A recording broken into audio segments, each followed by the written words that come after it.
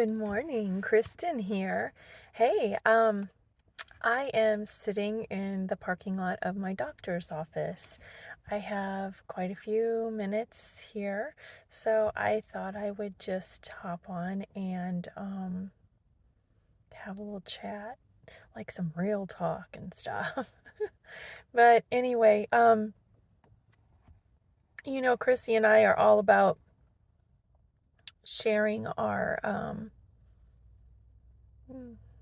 just certain events that happen in our lives to maybe help others that are possibly going through the same things, or they might have questions, or just anything to where we can help someone else in a similar situation. So here I go. I am here waiting, like I said, at the doctor's office.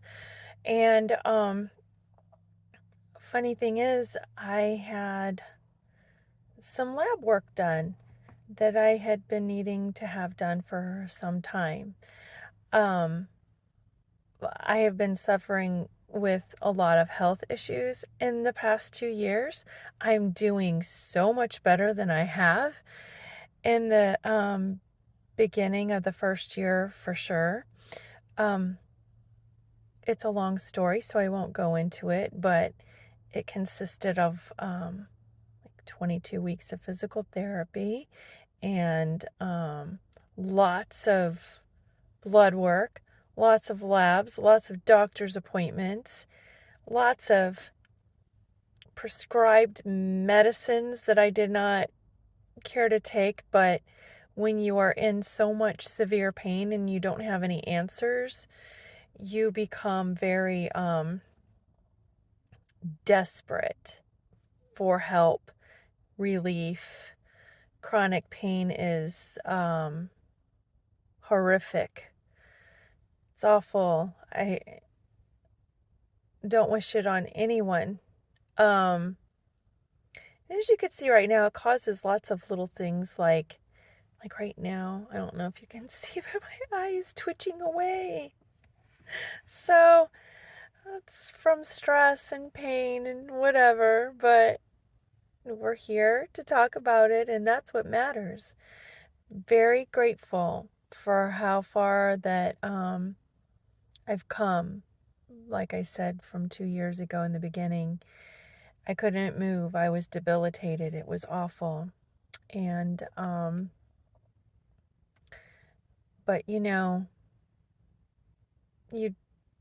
you just want it to be over with. You don't want to continue to be a stranger to your body. It's frustrating and exhausting, and pain alone is, and it causes havoc on your mind. Not only your entire body, um, your mind, your body, your soul. It affects everything. And when it has to do with your spine, like it does in my case, your spine is connected to everything. Your neck, your arms, your legs. You just better hope that the nerve endings aren't affecting all those things at the same time. That's what has happened to me. And that's why one morning I woke up and I couldn't move. So it is a fear of mine, and I don't ever want to go back there again. I don't ever want to be a stranger to my entire body again. It's the most god-awful thing, when you are younger and you hear somebody say that if you don't have your health, you don't have anything. It's true. I can remember being young and just like, oh, whatever, I'm just gonna live, just, wait and see what happens when I get there at that age, well, I didn't have any advice given to me. It was just always those little sayings like, if you don't use it, you'll lose it. You don't know what you have till it's gone. It's hell to get old. Those things. But no one ever really did say, listen, if you could just be mindful now in your 20s, 30s, 40s about what you put into your body as far as food and healthy food, and supplements, it can make a world of difference by the time you reach your 50s. I mean, and granted, I do know there's some unfortunately, some young folks out there, much younger, that are experiencing such terrible hard things and chronic pain as well. But, fortunately, I didn't have to go through that at a young age, but I am experiencing so much of it right now. Grateful for people coming together and, sending me all of those wonderful healing, loving thoughts and prayers, and I never underestimate the power of all of it, because I'm living proof that it works. And I kind of like my mom. I can remember going into doctor's visits with her, and my mother, she had neuroendocrine metastatic carcinoma. She had cancer that spread throughout her entire body. So it stemmed from her lungs, and it hit every part of her body, including her femur, her just her bones, her lymph nodes. And sorry. And so when it hits your brain, that's the end. So a diagnosis like that is pretty much I hate to say it, but it is pretty much a death sentence. You may have a year and a half is what my mom had. But anyway, I can remember going into some of her doctor's visits. So my mom lived with chronic pain for years, and she fought with, having doctors believe her. She had one doctor tell her it was all in her head. She had a family member tell her one time that he knows the doctor she needs is Kevorkian. How awful is that?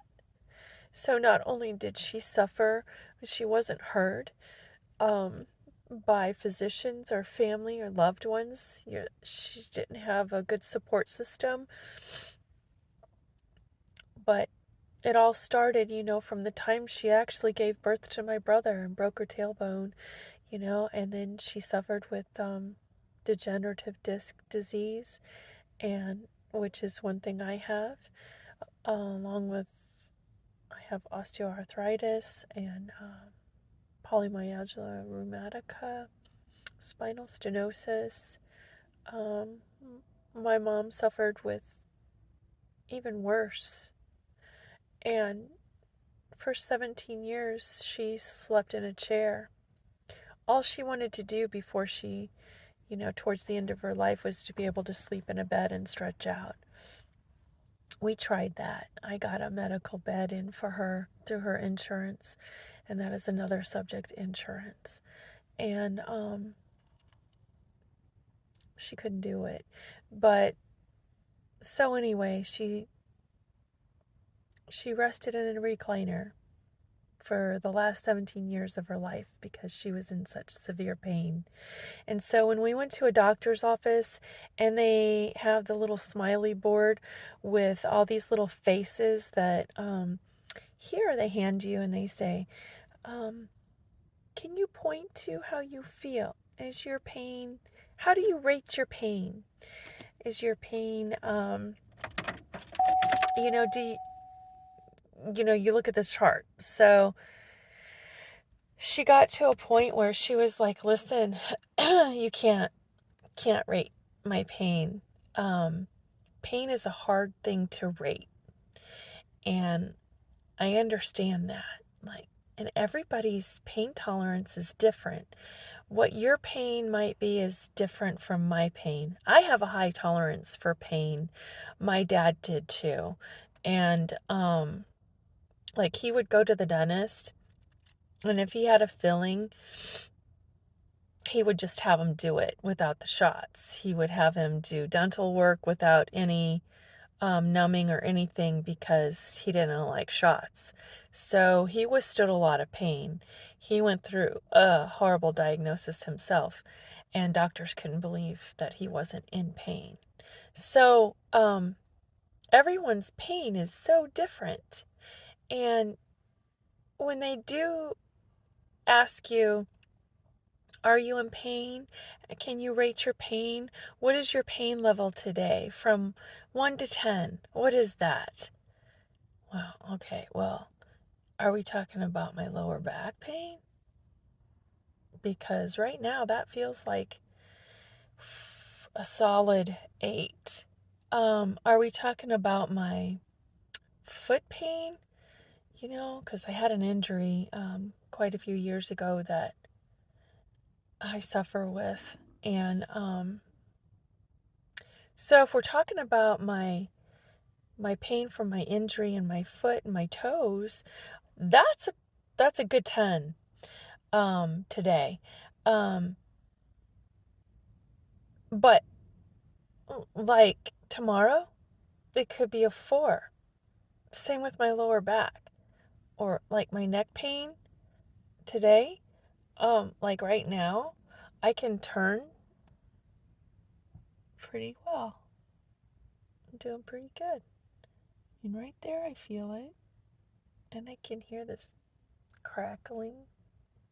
But listen, I can turn my neck. So I'd say, oh, lowest being the least amount of pain, I give it a 2. But tomorrow, when I wake up, who knows? It could be, a 10 plus. You can't rate. You can't rate it. You can't rate any of it. Like my lower back pain right now, that's an 8. I could walk in there and come back out of the doctor's office and it might be a 5. I don't know. Pain fluctuates. So it's very frustrating. And a lot of things can trigger pain, like your hormones, stress. There's so many different things that can make things worse or better. So there's some real talk. Oh, if you're a pain sufferer, why don't you comment? Let us know what you're suffering from. If you feel the same as I do about it, let me know. What are you going through today? Is there anything that we can do to send you good thoughts in your day to make it a better one? Even though my mama was in so much pain, every day in the last year of her life, I'd walk through the door and she'd be sitting at her kitchen table with a big smile on her face. She'd raise her head up and smile and say, "Hi, sis. Today's a new day." Yes, it is. Today is a new day. And I hope you have a great one. Peace. Hey, so I just got done with my appointment. Got to see the doctor. And it was fine. It's just a business, isn't it? She told me with one of the questions that I had about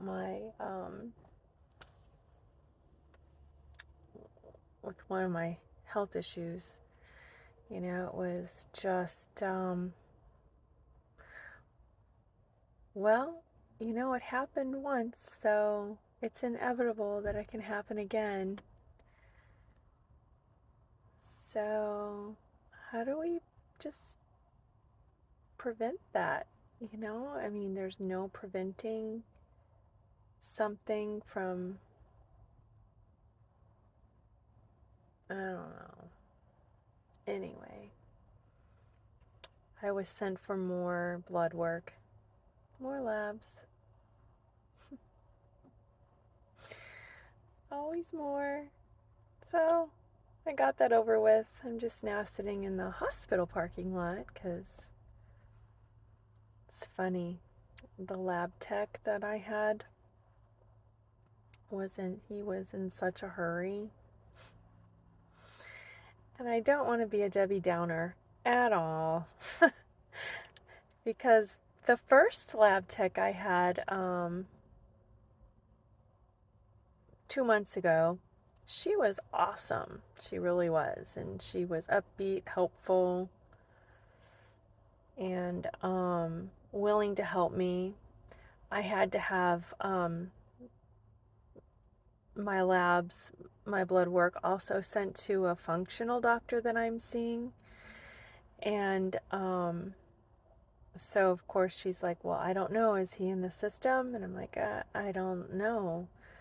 And so she said, I don't think we can do that if he's not in the system. And we can only send, your labs over into your chart where your regular provider can see them. And I'm like, oh, okay. And then she's like, let me double check. And she's looking in the computer and she's like, his name is in here. She goes, just let me ask my supervisor if that's okay. I'm like, all right. So she did. She got the okay. And so she's like, a press of the button.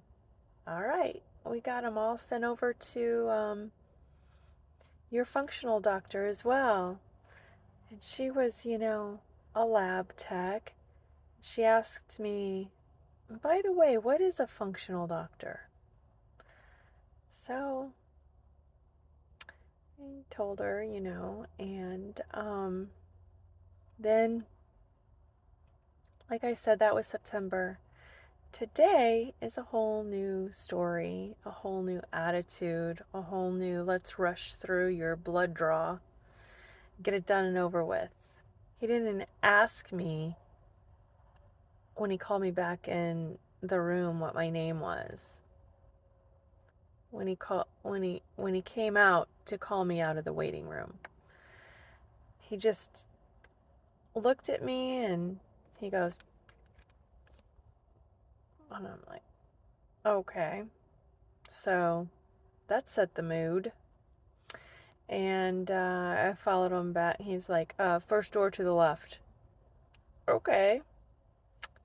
Sat down. Full name, birth date. Gave it to him. Okay. All right.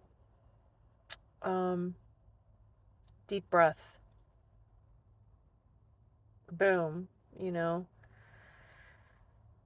The blood was drawn. And I'm like, okay. And the last time I had my blood drawn, I needed this sent over to my functional doctor as well. So here's his information again. And he cut me off. Well, if he's in the system, then, he should be able to get all this information just fine. I don't need to do anything extra or send anything over. I was like, oh, well, they did that last time. He goes, no, that's not the way it works. The way it works is if your doctor wants your blood work and your lab results, then he needs to call this lab and then they can fax it over. I'm like, oh, really? Well, that's not the way it went down last time, but okay, do you have a phone number? So Not on a business card, not on anything. He just came back with a phone number for the lab, handwritten, and for my functional doctor to have to do the footwork. So it's funny how same building, same lab, different person, new rules. It's kind of a pattern in life, isn't it? It's like that at work, at auction. You know, there's always a boss. Too many of them. No real answers. But we'll get through it. That's why, you have to be your own advocate. Stand up for yourself. Don't be just a number. Good luck out there. And let me tell you, I can't even imagine having to do this on my own when I'm 80. I feel so sorry for the elderly people. I just hope that they have someone to look after them and do these things for them. Because it's not right.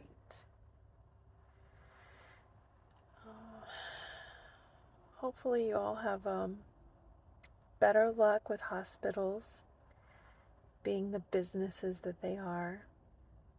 Better luck with doctors, medical workers, and just people out there in general. Just be a good human. It doesn't matter. I'm not targeting the medical field. It's just an example. It's everywhere. So try to be a good human if you can, please. Help the collective. If you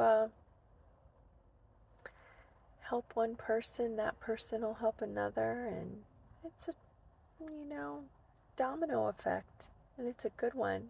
So keep that in mind as you go about your day, and I hope it is a great day. Thank you again. Peace.